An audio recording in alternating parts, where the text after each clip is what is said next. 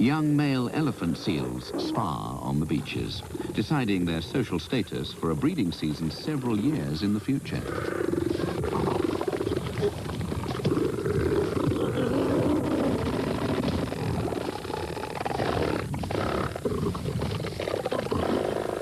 Elephant seals were among the Antarctic animals whose populations were hardest hit in the days of exploitation.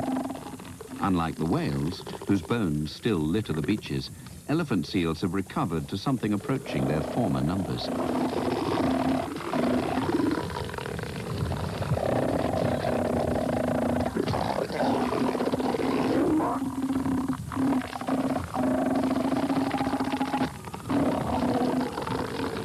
Commercial sealing continued into the 1960s. The recovery of so many of the populations in less than 30 years is a testimony to the wealth of food available to them in these waters.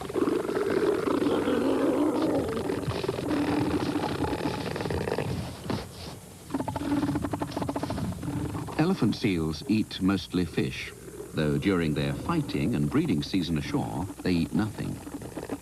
Chin-strap penguins eat mostly krill, which forms 2/3 of their diet. Because they form pairs, instead of fighting to defend harems like the seals, they can afford to go fishing whenever they like. They need have no fear that someone else will have taken over their mate when they return.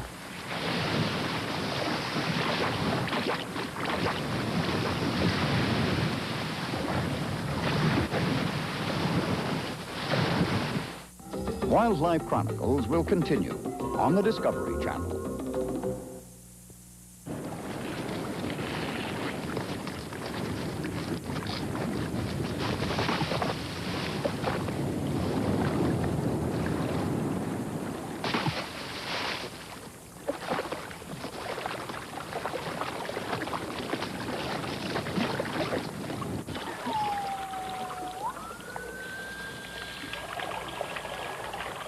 Gliding along the edge of an ice cliff, in water which retains the astonishing clarity of winter, the divers enter a world which is nevertheless breaking free of the bonds of the ice.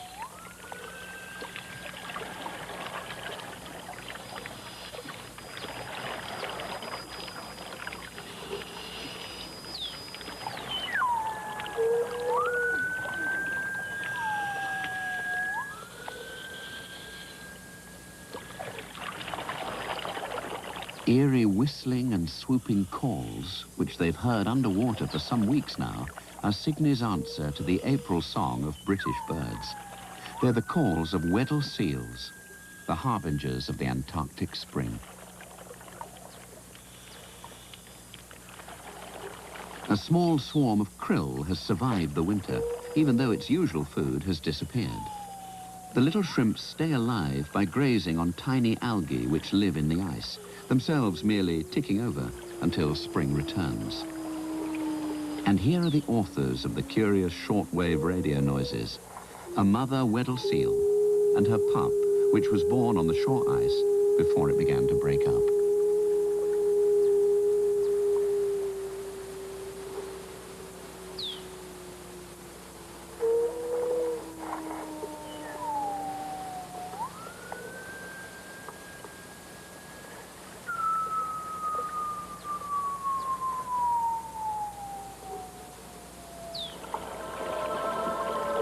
The water remains relatively clear for as long as the ice subdues the surface. There's still time for a last look round at an astonishing world. When the winds of spring stir out the water, which will by then be unprotected by ice and clouded with swarms of plankton, these sights will be harder to see.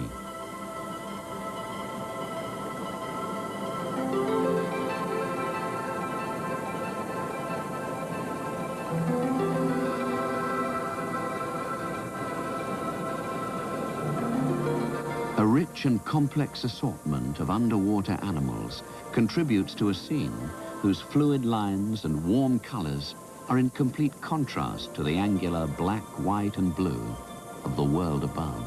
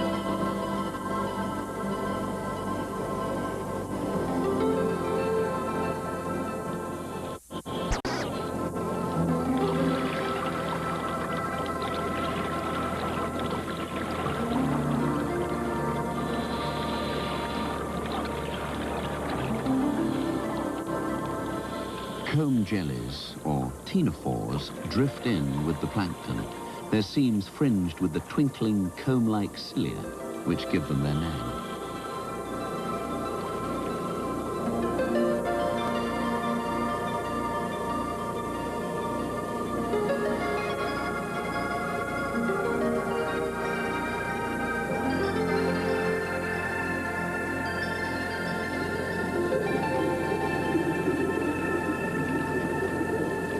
The Gentoo penguins fly in formation as they return from their fishing trip. Penguins were classified as flightless birds before anyone had seen them underwater. But in their own element, they fly rather better than swallows.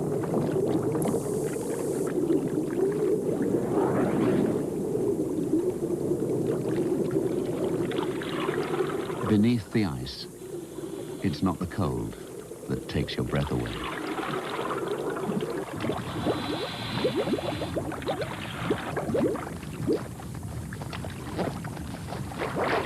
Coming up, Uganda's black market is creating a new way of poaching, and park rangers struggle to stem the tide as Discovery presents East Africa Wilderness next. Then stay tuned for Wildlife Chronicles.